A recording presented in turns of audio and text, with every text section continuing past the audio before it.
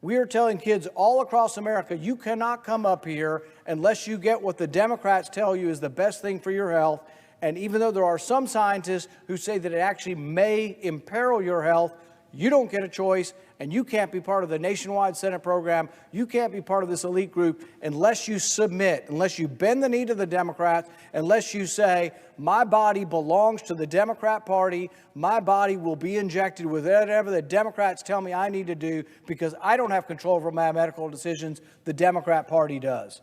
So here we have advocates of the vaccine, mainstream scientists who work in the vaccine community, who've been promoting vaccines for the health of the community. These are not people opposed to vaccines saying they would not give a booster to their child. They would not give a third COVID vaccine because the risks of the vaccine outweigh the risks of the disease. The Democrats somehow feel you are a cog in their wheel and you're just supposed to do what everybody does and do as you say.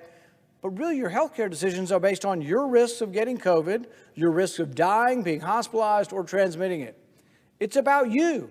That's why you make the decision. Instead, they want a blanket mandate. And by doing it to the pages here and forcing them to submit to this, what they are doing is setting a terrible example for the country. One editorial put it this way last year: if being boosted becomes a prerequisite for participation in normal life, the vaccine's diminishing efficacy means the booster campaign will never end. What does that mean? The virus is evolving. It's like the flu. It's changing every 3 or 4 months. The vaccine becomes outdated within 3 or 4 months. So if you're at risk, by all means, keep getting the updated vaccine. We're not even mandating the updated vaccine. We're mandating a booster, and often a booster that's a year or two old and has no effect at all on the vaccine, even for people who are susceptible to this. But we need to let the individual kids and their parents make this decision. Germany, France, Denmark, Finland, and Sweden all restricted Moderna's vaccine for young people. Norway, South America, and the UK all chose to recommend only 1 dose of Pfizer due to the risk of cardiovascular side effects for booster in kids. Why is the U.S. Senate choosing to ignore risks other countries acknowledge when mandating these vaccines for young people who are in peak physical condition?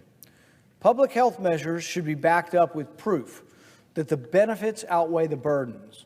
There is no evidence of that when it comes to vaccination and booster mandates, especially for teenagers, who as a group are less vulnerable to this virus than any senator. There is no evidence, and I don't say that lightly, zero. There are 0 studies in any of the scientific literature that show that a booster for adolescents reduces transmission, hospitalization, or death. 0.